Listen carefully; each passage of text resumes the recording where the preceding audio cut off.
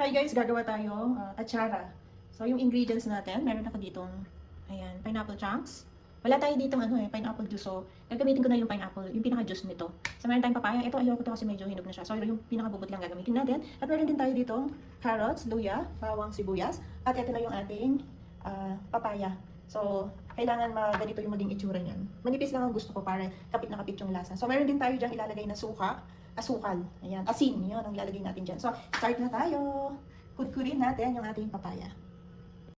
So, medyo tiyaga lang yung pagkayod. Ay, ba tawag dun? Ayan. Dito sa ating papaya. Ayan. Super din manipis. Ayan. Tapos, pipigain natin yan after natin makudkod. Kudkod sa kapangkangan mo.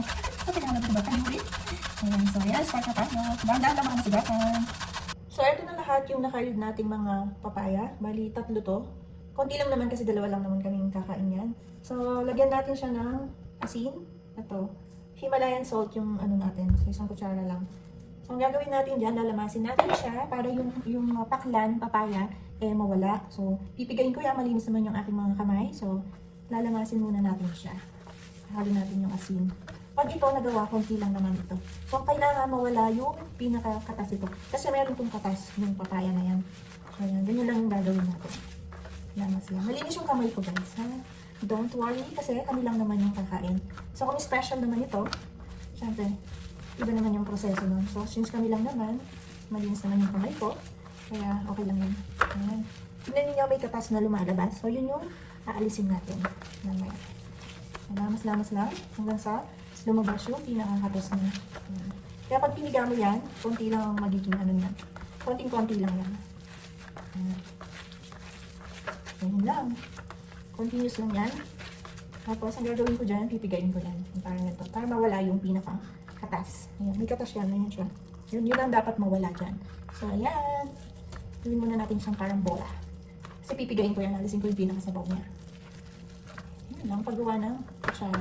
Meron din pala akong kailangan dyan, yung raisins.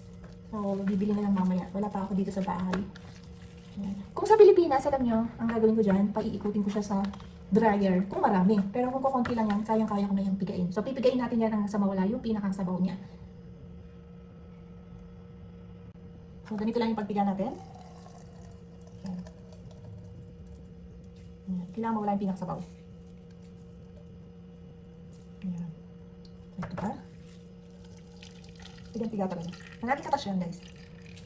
Mas maganda magpiga nito yung yung lalaki kasi mas sila sa pagpipiga nito. So, pagka marami ito, medyo mahirap. Mahirap ang pagpipigaan ito. Ayan. Tapusin lang natin ito. Dadami yan kasi lalagyan pa natin yan ng carrots. At bawang sibuyas luya. Ayan. Sana pigang-piga na siya. Hindi ito lang yung mahirap dito. Ito pipiga talaga. Ayan.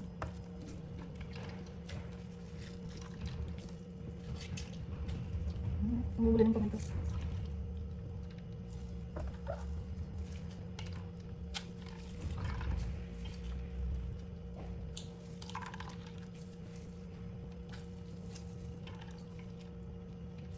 So, ito yung napiga ko. Ayan yung pinakakatas niya. Diba, ang dami. So, itatapon lang natin yan. Tatapon na natin. Okay. Pagkatapos ng mga mapiga, kailangan, ayan, bubulat-latin mo pa yan. Ganyan kabusisi yung paggawa namin ng atsara or pickled papaya. Ayan. Pag-iwa-hiwalayin mo siya. Pigang-piga na yan, guys. Ayan. So, pag-iwa-hiwalayin pa yan. Ayan. Tapos, mamaya lutuin na natin yung kanyang pinaka-sauce. Ayan. Diba, ganyan kabusisi. Atsarang Kapampangan.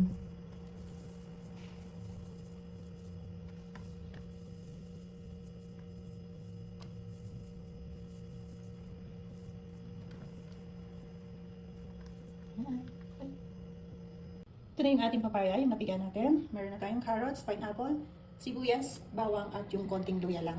Ito naman yung pinaka-sauce ng ating pineapple. So, wala tayong masyadong pineapple. So, suka na lang at asuka lang ilalagay natin dito. So, maglagay na tayo ng suka.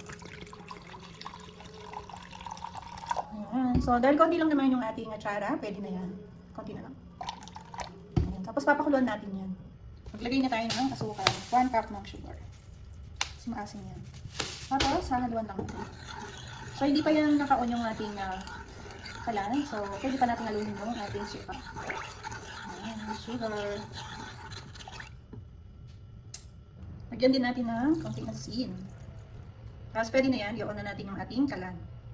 Ito naman yung ating luya. Kinatas na natin yan. Ayan, para maglasa talaga yung luya natin. So ayan muna natin kumulo. Mamaya natin ilagay yung ibang ingredients natin. So dahil may bula na yan, ilagay na natin yung ating sibuyas at yung ating bawang. Ayan lang natin siyang kumulo.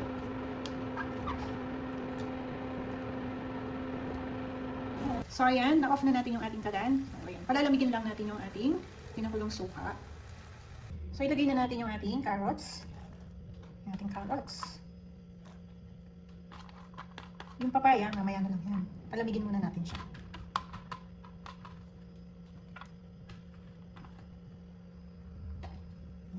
Hintayin muna natin lumamig yung ating mixture. Lagay na rin natin yung ating pineapple tidbits. Sarap yan ako pag na-try ninyo. Mamaya na yung papaya natin pag medyo malamig na siya. So i-mix na natin yung ating mga pinakulo. Ayan na siya.